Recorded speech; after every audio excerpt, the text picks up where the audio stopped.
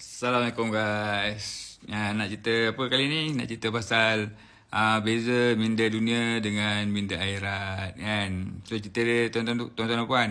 Salah satu perbezaan yang ketara untuk orang minda dunia dengan orang minda akhirat adalah orang minda dunia kan, dia ada mata akal dan mata kasar.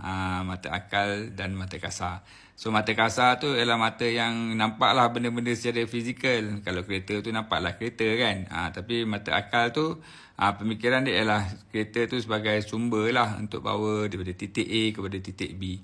Kereta tu boleh guna untuk buat Grab, untuk cari duit. Macam tu kan. Tapi kepada orang yang berminda akhirat, dia ada mata tambahan, iaitu mata hati kan.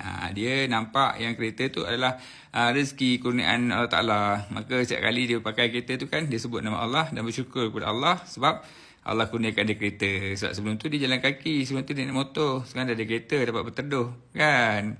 Dan dia akan gunakan kereta tu untuk kebaikan kan. Kalau dia nampak mak bangla nak pergi masjid tu, kalau dia bawa kereta hari Jumaat, dia pun ambil lah mak bangla tu sebab dia akan dapat pahala kan, bawa kereta tu ke masjid. Minda akhirat macam tu lah kan.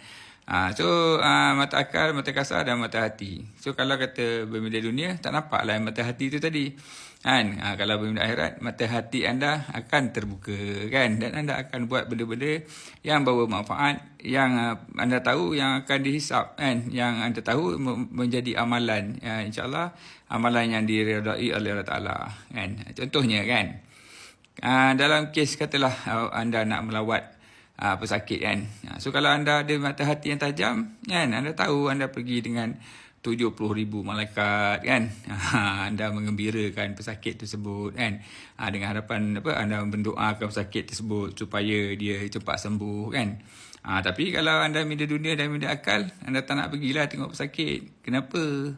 Sebab kan kejap lagi nak kena lalu jam lah, nak parking kat hospital susah lah kan. Sebab kalau pergi bukan dapat duit kalau kita pergi tengok pesakit tu tak. Lain lah kita pergi raya kat orang-orang dapat duit kan. Lain lah kita pergi jemputan rumah terbuka dapat makan kambing golek, betul tak? Tu beza dia antara minda dunia dengan minda akhirat. So orang minda akhirat, dia akan kejar benda-benda yang insyaAllah dapat kebaikan, dapat pahala lah pada dia kan. Bukan dia kejar pahala, tapi dia kejar keredaan Allah Ta'ala. Semoga Allah Ta'ala merestui, memberkati apa yang dia jalankan itu kan. So orang paling baik adalah orang paling banyak buat manfaat pada orang lain. Itu je cerita dia. Wallahualam. Kita jumpa lagi tuan-tuan. Assalamualaikum. Bye-bye.